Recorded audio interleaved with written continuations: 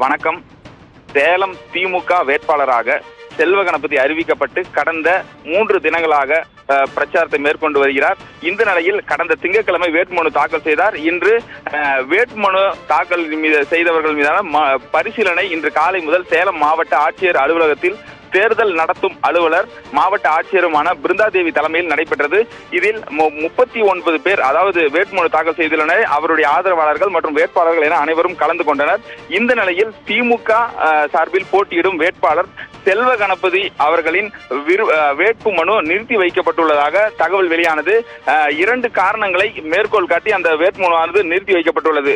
வேட்பாளர் செல்வ கணபதிக்கு சேலம் மேற்கு தொகுதி மற்றும் வடக்கு தொகுதியில் 2 வாக்குரிமை உள்ளதாகவும் அதை அதாவது இந்த வேட்புமனுவில் தெரிவிக்கவில்லை என்பது கூறியும், மேலும் அதாவது திமுக வேட்பாளர் செல்வ கணபதி குற்ற வழக்கில் தண்டனை பெற்றிருந்த நிலையில் மேல்முறையீடு செய்து வழக்கில் இருந்து விடுதலை பெற்றார்.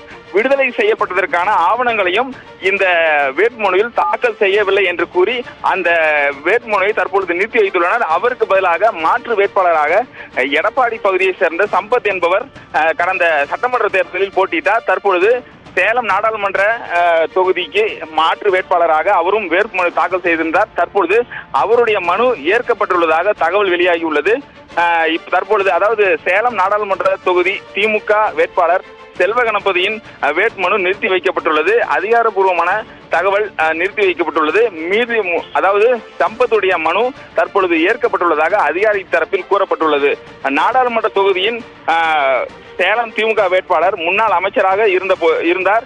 மேலும் சேலம் திமுக மேற்கு மாவட்ட செயலராகவும் பதவி வைத்து தற்பொழுது வேட்பாளராக அறிமுகம் செய்யப்பட்டு வேட்புமனு தாக்கல் செய்தார்.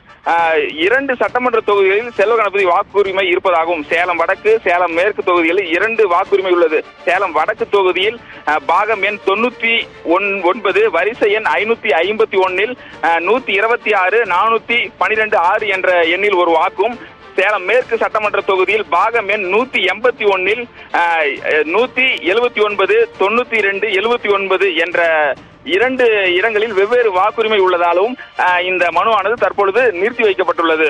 பிரவீன்.